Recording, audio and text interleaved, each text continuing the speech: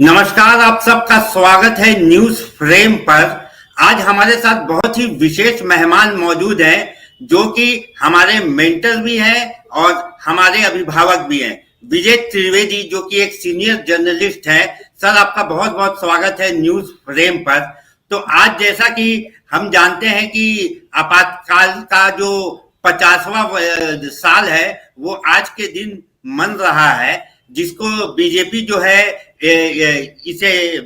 है इसको लेके पूरे देश में बहुत सारे अभियान भी चला रही है, जिसे बरसी दिवस का नाम भी दिया गया है। तो इसी आपातकालीन को समझने के लिए आज विजय सर हमारे साथ मौजूद हैं। तो विजय सर, सबसे पहले हम और हमारे दर्शक को ये जानना चाहेंगे कि ये जो आपातकाल था, जो कि इंदिरा गांधी ने लगाया था, इसे असंवैधानिक क्यों कहा जाता है? देखिए, एक तो कुणाल जी, बहुत बहुत बधाई आपको। आपने मुझे याद किया, उसके लिए बहुत शुक्रिया। मैंने सुना कि वहां पर पूरा न्यूज फ्रेम का बड़ा हंगामा चल रहा है, काफी लोकप्रिय है आपका चैनल, तो आपको बहुत बहुत बधाई और बहुत बहुत शुभकामनाएं भी उसके लिए। और आपने मुझे याद किया, उसके लिए भी बहुत शुक्रिया। Thank you. आपातकाल को असंवैधानिक, वैसे तो उन्होंने संविधान को पारित करते हुए बाद में बहुत सारे बदलाव किए, लेकिन असंवैधानिक तो दो तीन बड़े कारण हैं। एक तो ये कारण है कि उस समय किसी तरह की आंतरिक सुरक्षा का कोई खतरा देश को नहीं था, जिसे वजह बताया गया इमरजेंसी का। जो इंटरनल सिक्योरिटी के चैलेंजेस की बात की गई और कहा गया कि खतरा है इंटरनल सिक्योरिटी को, तो ऐसा कोई खतरा नहीं था। 1971 के जो बांग्लादेश के बना था, विभाजन हुआ था पाकिस्तान का, उस समय एक्सटर्नल इमरजेंसी चल रही थी देश में, और उसके बाद तो देश में बहुत ठीक हो गया था माहौल। इंदिरा गांधी के लिए भी कोई खतरा उस तरह से नहीं था, देश को तो खतरा किसी भी हाल में नहीं था। लेकिन उन्हें लगा कि कुछ राजनीतिक खतरे उनके लिए बढ़ते जा रहे हैं, और खासतौर से जब इलाहाबाद हाईकोर्ट के जस्टिस जगमोहन सिन्हा ने उन्हें फैसला दिया, जब उनके चुनाव को रद्द कर दिया गया, निरस्त कर दिया गया, और ये पहली बार हुआ था देश में कि किसी प्रधानमंत्री का चुनाव रद्द कर दिया गया हो, तो उससे उनकी बड़ी चिंता बढ़ी। और उससे भी बढ़कर ये हुआ कि जब ये घटना है 12 जून 1975 की जी, आपको बताता हूं कि इंदिरा गांधी उस दिन बहुत परेशान थी। वो अपने घर पर बैठी हुई थी, प्रधानमंत्री आवास पर, और सुबह से इंतजार किया जा रहा था। उस दिन का दिन शायद इंदिरा जी ने खुद ने भी कहा कि खराब ही था उनके लिए। एक तो उनके निजी सहयोगी रहे, बहुत कॉन्फिडेंट लोगों में से रहे, क्लोज लोग रहे। डीपी धर का उस दिन सवेरे सवेरे निधन हो गया था, तो वो यहाँ पर पहले उनके अस्पताल गई, उनका अंतिम संस्कार के लिए सारी व्यवस्था की, और उसके बाद लौटी। तो 10 बजे उस पर फैसला आना था, इलाहाबाद हाईकोर्ट में फैसला होना था। इलाहाबाद हाईकोर्ट की जो रूम नंबर 24 था, कोर्ट रूम नंबर 24, वो खचाखच भरा हुआ था। तो पूरी देश दुनिया की निगाह वहां पर थी जगमोहन सिन्हा पर, एक पतले दुबले से 55 साल के छरारे से जगमोहन सिन्हा, जिनको ये फैसला करना था। और हाईकोर्ट पूरा का पूरा जो रूम था वो भरा हुआ था, और इंदिरा गांधी के जो सहयोगी थे वो वहां पर उनके आवास पर बैठकर टेलीप्रिंटर को देख रहे थे। उस समय टेलीप्रिंटर्स पर खबरें आया करती थी, तो वो उनकी नजर उस पर थी। और जैसे ही 10 बजे और जगमोहन सिन्हा ने फैसला सुनाया कि याचिका स्वीकृत, एक्सेप्टेड, तो उसी समय यूएनआई ने फ्लैश किया कि पीएम अनसीटेड, अच्छा, मिसेस गांधी अनसीटेड। ये एक फ्लैश आया छोटा सा यूएनआई के टेलीप्रिंटर पर, और वो देखते ही जो खटखट की आवाज आई, तो वो उसको लेकर भागे मिसेस गांधी के पास ले जाने के लिए। कमरे के बाहर राजीव गांधी खड़े हुए थे, तो उन्होंने वो कागज जो है राजीव गांधी को पकड़ाया, पर्चा फाड़ के। आपको याद होगा कि उस समय टेलीप्रिंटर पे पेपर पर वो आया करता था, तो उसको फाड़ के उन्होंने दिया और मिसेस गांधी को उन्होंने दिया। उनको वैसे भी आशंका हो रही थी कि ये होने वाला है कुछ, क्योंकि जिस तरह से जगमोहन सिन्हा ने उनके साथ फैसले पर काम किया था, कांग्रेस सरकार उस वक्त कोशिश कर रही थी कि जगमोहन सिन्हा अपना फैसले के बारे में कोई खबर मिल जाए कि क्या हो रहा है। एक जो चीफ जस्टिस थे वहां पर इलाहाबाद हाईकोर्ट के, वो उनसे मिलने भी गए थे, और ऐसा आरोप भी लगा कि उन्होंने कहा था कि यदि ये फैसले पर आपने ध्यान दिया तो आपको सुप्रीम कोर्ट में एलिवेट कर दिया जाएगा। फिर यह भी कहा गया था कि आप इस फैसले को जुलाई तक टाल दें। तो जस्टिस जगमोहन सिन्हा नाराज हो गए, और जगमोहन सिन्हा ने अपने रजिस्ट्रार को बुलाया इलाहाबाद हाई कोर्ट के, और उन्होंने कहा कि 12 जून की तारीख फिक्स कर दो, इसका फैसला मैं 12 जून को सुनाऊंगा। और उन्होंने अपने जो पीए जिससे उन्होंने फैसला लिखवाया था वो सार उनको भेज दिया छुट्टी पर कि तुम जाओ, और जो ऑपरेटिव पार्ट था उसको उन्होंने अपने हाथ से लिखा, ताकि अच्छा, किसी को उन्होंने अपने खबर ना हाथ से लिखा वो बात। हाथ से लिखा ताकि किसी को कोई खबर ना लगे कि क्या होना है। और फिर जी। वो सुबह 10 बजे जाकर उन्होंने वो फैसला सुनाया।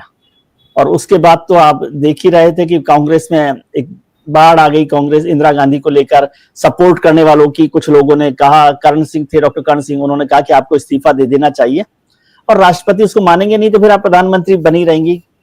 जी सर, तो यहाँ पर वो मैं ये समझना चाहूंगा कि जब कोर्ट का फैसला आया तो इंदिरा गांधी इतनी अनसिक्योर कैसे हो गई कि उन्होंने पूरे इमरजेंसी की घोषणा कर दी, ये कहते हुए कि देश में जो है आंतरिक सुरक्षा के का सवाल कहां से आ गया?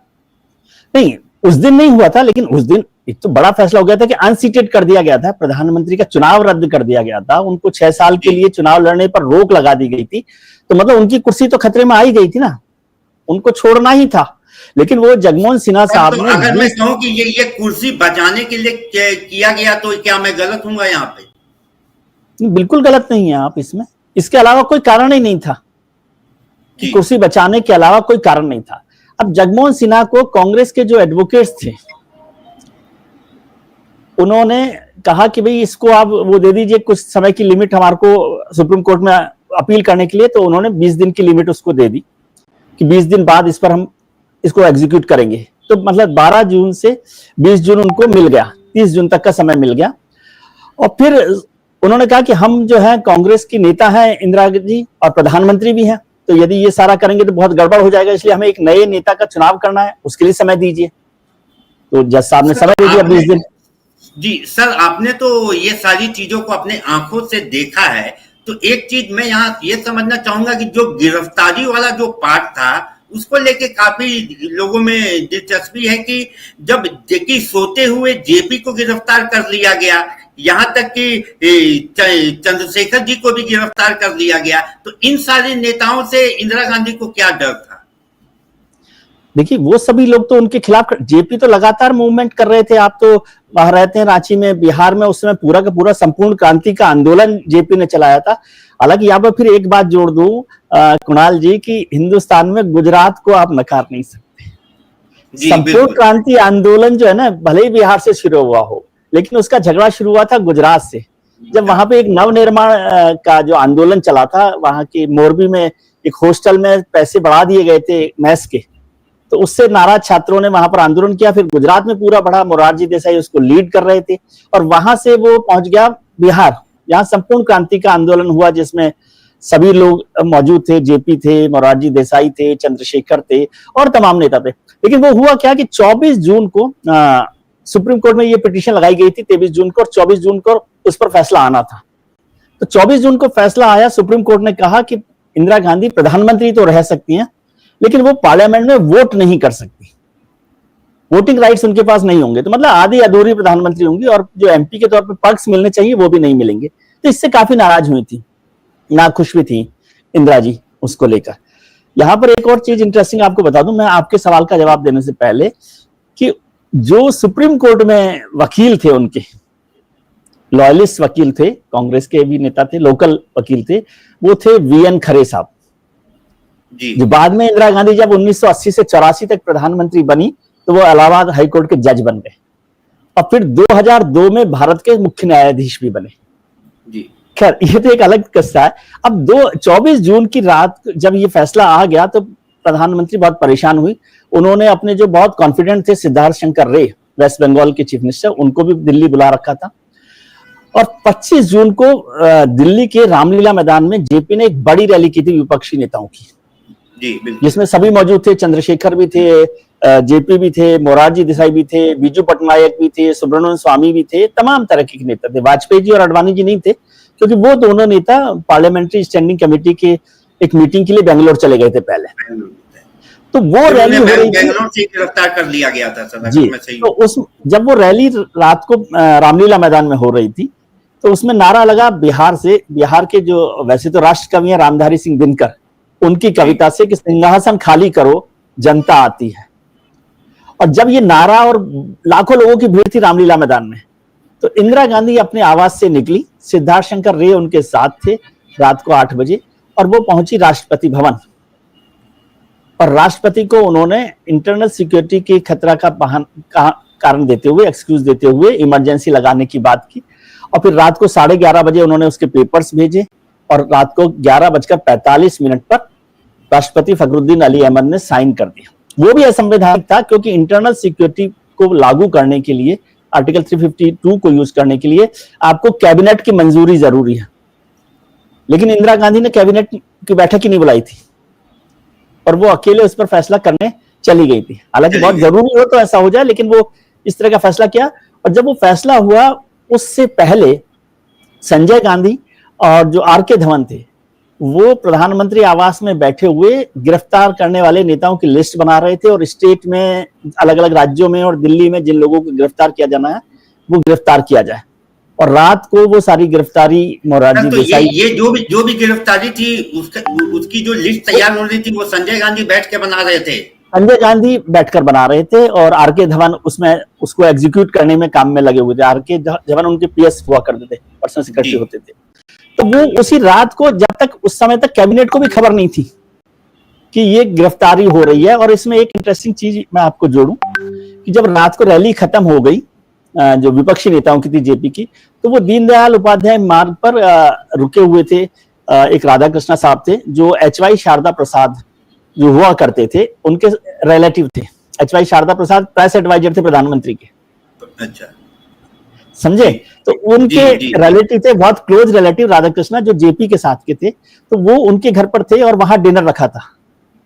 तो मोरारजी देसाई बड़े नाराज हो रहे थे उस रात को जेपी के साथ और बोले तुम बहुत हार्श स्टेप ले रहे हो, क्योंकि जेपी ने कहा था कि सेना और पुलिस को सरकार के इलीगल और इमोरल आदेश को नहीं मानना चाहिए। बीजू पटनायक ने भी कहा था कि कुछ कर सकती है, हार्श स्टेप ले सकती है इंदिरा गांधी। सुब्रमण्यम स्वामी ने कहा जेपी को कि वो मार्शल लॉ लगा सकती है, मुझे बाहर दिख रहा है कि आईबी के लोग चक्कर लगा रहे हैं। तो देसाई जी, मोरारजी देसाई और जेपी ने कहा नहीं नहीं, नेहरू जी की बेटी है, वो मार्शल लॉ तो नहीं लगाएगी। खैर मोरारजी देसाई जल्दी वहां से घर से निकल गए और सुब्रमण्यम स्वामी भी वहां से निकल गए। और रात को 2 बजे दरवाजा नॉक होता है राधा कृष्णा के घर का। उनके बेटे वहां पर उल्लास उसको दरवाजे को खोलते हैं और जैसे ही दरवाजा खोलते हैं तो जो इंस्पेक्टर भारद्वाज होते हैं वो उनके सीने पर रिवॉल्वर रख देते हैं। अच्छा, सीने पर रिवॉल्वर रख देते हैं और कहते हैं जेपी को बाहर निकालो। जेपी कहां? समझे? और ड्रामेटिक तरीके से। और फिर राधा कृष्णा जेपी को लेकर आते हैं बाहर और उनको पार्लियामेंट्री स्ट्रीट में ले जाते हैं। वहां पर मैक्सवेल परेरा होते हैं, वो उनके सामने सरेंडर करते हैं और फिर उनको हाउस अरेस्ट करके सर्किट हाउस भेज देते हैं। अब उल्लास जो है, चंद्रशेखर जी भी शायद वो फिर वहां पर ऊंची थाने में जाते हैं। बात बताता हूं मैं आपको। चंद्रशेखर जी वहां से गए थे तो जब चंद्रशेखर जी उस समय रात को लेट नाइट फिल्म देख रहे थे दिल्ली के रिवोली में। रिवोली थिएटर होता है, सिनेमा हॉल रिवोली, बहुत मशहूर होता था। और उसमें किसके साथ देख रहे थे फिल्म? वो नेपाल के फॉर्मर प्राइम मिनिस्टर थे बीपी कोइराला, उनके साथ मूवी देख रहे थे। और वहां से पुलिस ने उनको रात को 2 बजे अरेस्ट किया जी। लेकिन पुलिस इंस्पेक्टर जो था वो सिंपैथाइजर था उनका, चंद्रशेखर का, या समझ लीजिए कुछ। तो उसने कहा कि मैं आपकी जो अरेस्ट है वो आधा घंटा लेट दिखाऊंगा, आपको जिसको फोन करना हो, जिसको वार्न करना हो, वो भाग जाए, वो बता दें। और वो आधा घंटा उन्होंने जो फोन करने होंगे वो किए और उसके बाद उनको अरेस्ट किया गया। उल्लास ने मोरारजी देसाई को भी फोन किया था कि भाई आपको गिरफ्तार करने वाले हैं। तो मोरारजी देसाई ने कहा मैं तो कहीं भाग कर जाने वाला नहीं है, उनको गिरफ्तार करना है तो गिरफ्तार कर लें। तो उनको गिरफ्तारी वहां पर हुई। और वाजपेयी और अडवाणी की गिरफ्तारी अगले दिन सवेरे बेंगलोर में हुई। बेंगलोर से हो गई। सर ये तो हो गई गिरफ्तारी की बातें। अब मैं यहाँ ये समझना चाहूंगा कि उसके बाद जो इंदिरा गांधी ने सोचा कि हम आम चुनाव में जाएंगे और चुनाव में जाने के बाद लोग जो है वो इमरजेंसी को अपना लेंगे और उनकी सरकार वापस आ जाएगी, लेकिन ऐसा कुछ होता हुआ दिखाई नहीं दिया। उसके बाद जनता दल की सरकार आ गई। तो ये सारी चुनावी प्रक्रिया को पर थोड़ा अगर आप प्रकाश डालें सर। बहुत इंटरेस्टिंग बात है कि उसमें क्या हुआ कि जैसे आप जानते हैं सरकारों में, आप तो सरकारों के करीब रहे हैं, कि बहुत सेवादार होते हैं। वो हमेशा कहते हैं कमाल हो रहा है, देश भर में इमरजेंसी को लेकर बहुत माहौल अच्छा है, डिसिप्लिन हो गया है, ट्रेन ठीक चल रही है, महंगाई खत्म हो गई और इंदिरा जी को लेकर बहुत लोकप्रियता बढ़ रही है जी। तो अगर हम चुनाव के लिए जाएंगे तो चुनाव जीत सकते हैं जी। दूसरी बात, इंदिरा जी ने अपनी बायोग्राफी में इस बात को लिखा कि उनको गिल्ट लग रहा था इमरजेंसी का, क्योंकि एक तो वो विनोबा भावे से बहुत प्रभावित थे। विनोबा ने कहा था कि ये ठीक नहीं किया तुमने, ठीक है। और विनोबा ने ही उन्हें सलाह दी कि यदि तुम चुनाव में जाना चाहती हो, जाना चाहिए चुनाव में, डेमोक्रेटिक सिस्टम से वापस आओ और पहले सारे गिरफ्तार नेताओं को रिहा करो। तो उनके कहने पे इंदिरा जी ने उनको रिहा किया, और जो रिपोर्ट उनके पास आ रही थी उसमें था कि भाई जीत ही जाएंगे। संजय गांधी भी बहुत कह रहे थे कि चुनाव में जीत जाना चाहिए, हालांकि संजय गांधी इसके खिलाफ थे चुनाव में जाने के। वो कह रहे थे जब हमारे पास है, क्योंकि संजय गांधी खिलाफ थे, लेकिन इंदिरा गांधी फिर भी जाना चाहती। इंदिरा, जबकि उन्होंने अपना लोकसभा का कार्यकाल तो 78 तक का बढ़ा दिया था और कोई खिलाफ नहीं था, सब लोग जेल में थे, तो नहीं जाते तो भी कोई बात नहीं थी। लेकिन इंदिरा गांधी ने चुनाव का जाने का फैसला किया, और उसी दौरान जब नेताओं को रिहा कर दिया गया तो जेपी, मोरारजी और ये सब लोग, वाजपेयी तो जेल में थे उस समय, और जो लोग थे वो मिलकर मुंबई में एक बैठक हुई, जो हमारे इंडियन एक्सप्रेस के मालिक है रामनाथ गोयन का, उनके घर पर। अच्छा। और उसमें पूरी इलेक्शन स्ट्रेटेजी को तैयार किया गया, और जेपी ने कहा कि यदि अलग अलग पार्टियां सब मिलकर चुनाव लड़ेंगी तो हम नहीं जीत पाएंगे, तो सब पार्टियों को एक साथ होना होगा। तो जब कुछ पार्टियां तैयार हो गई, कुछ नहीं हुई, लेकिन उन्होंने उससे आगे की बात कही, बोले नहीं, सबको साथ नहीं होना, सबको मर्ज करना पड़ेगा। और वो सब मर्ज हुई, तब बनी जनता पार्टी, और फिर जेपी की लीडरशिप में वो चुनाव लड़ा गया। और जिस बात को इंदिरा गांधी को फिर चुनाव आते आते एहसास हो गया था कि वो चुनाव हारने वाली हैं, तो संजय गांधी जिस दिन चुनाव के नतीजे आ रहे थे रात को, वो टाइम्स ऑफ इंडिया के अखबार के बोर्ड लगे हुए थे, उस पर एड्रेस वो लिखे जाते थे नतीजे। उस समय तो इलेक्शन ये था नहीं, टेलीविजन भी है वो, तो उस पर जब पता पड़ा कि इंदिरा गांधी और संजय गांधी दोनों भी चुनाव हार गए और कांग्रेस का सफाया हो गया पूरी तरह से उत्तर भारत में, तो बड़ा झटका उनको लगा। लेकिन उस समय भी उन्होंने समझदारी दिखाई। उनके मित्रों ने कहा यदि अब है ना इमरजेंसी तुरंत हटा देनी चाहिए, क्योंकि अगर इमरजेंसी लागू रही तो जो नई सरकार आएगी वो हमें जेल में डालेगी, जेल में डाल देगी। तो इमरजेंसी, इंदिरा गांधी ने कैबिनेट की बैठक बुलाकर तुरंत इमरजेंसी को हटाया। इस तरह से वो इमरजेंसी हटी 21 महीने बाद। वो रिजल्ट आने के बाद इमरजेंसी हटी कि रिजल्ट आने से पहले ही 1977 में उन्होंने इसे हटा दिया? नहीं, उसी समय इलेक्शन रिजल्ट आए थे तो उनको लगा, क्योंकि प्रधानमंत्री तो वो थी ना। अच्छा, तो प्रधानमंत्री रहते वो उन्होंने इमरजेंसी को हटा दी।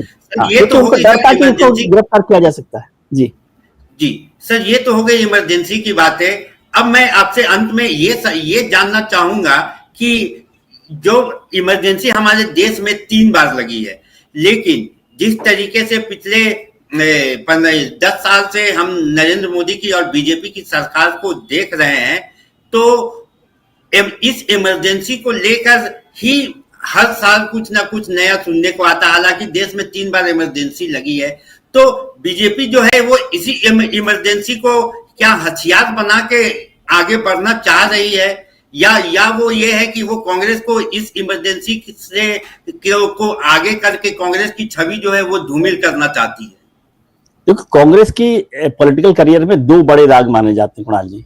एक है इमरजेंसी और एक है 1984 के riots, Sikh riots, anti Sikh riots जो थे वो। और इमरजेंसी तो इतना बड़ा दाग इसलिए है क्योंकि उसमें सारे विपक्षी दल जो आज कांग्रेस के साथ हैं वो सब लोग जेल में थे। आपके मित्र लालू यादव की जो बेटी है मीसा भारती, उनका नाम तो मीसा पर इसीलिए रखा गया था क्योंकि मीसा में गिरफ्तार किया गया था उनको। मीसा का मतलब था maintenance of internal security act, जिसमें लालू यादव को गिरफ्तार किया गया था, और उसी इमरजेंसी में मीसा पैदा हुई थी, तो लालू ने उनका नाम रखा मीसा। जो आज विपक्षी दल कांग्रेस के साथ दिखाई दे रहे हैं वो सब आतंकवाद, आपातकाल के पीड़ित हैं, और बीजेपी और आरएसएस के लोग सबसे ज्यादा पीड़ित रहे थे। तो उनको लगता है कि ये एक बड़ा ऐसा है जिस पर कांग्रेस को कॉर्नर किया जा सकता है। हालांकि राहुल गांधी जी ने, राजीव गांधी जी ने और इंदिरा गांधी जी सबने माफी मांगी है इसके लिए कि ये गलत कदम था। राहुल गांधी तो बार बार इस बात को कहते रहे, लेकिन बीजेपी को लगता है कि ये एक ऐसा मसला है, ऐसा पॉकेट है जिस पर पुश किया जा सकता है। और अभी जो सरकार है, पार्टी है, उसने तो एक कदम आगे बढ़ गए। उन्होंने पिछले साल 25 जून को संविधान हत्या दिवस बना दिया, और अब बीजेपी देश भर में संविधान हत्या दिवस मना रही है, समझे। हालांकि संविधान की हत्या अभी तो आपने 2024 के चुनाव देखे थे, संविधान बचाओ को लेकर चल रहा था, अब वो संविधान बचाओ से संविधान हत्या दिवस तक चल रहा है। ये आप मान के चलिए, हिंदुस्तान का जो संविधान है, मैं उसको थोड़ा सा पढ़ता रहता हूँ, उसकी हत्या कोई नहीं कर सकता।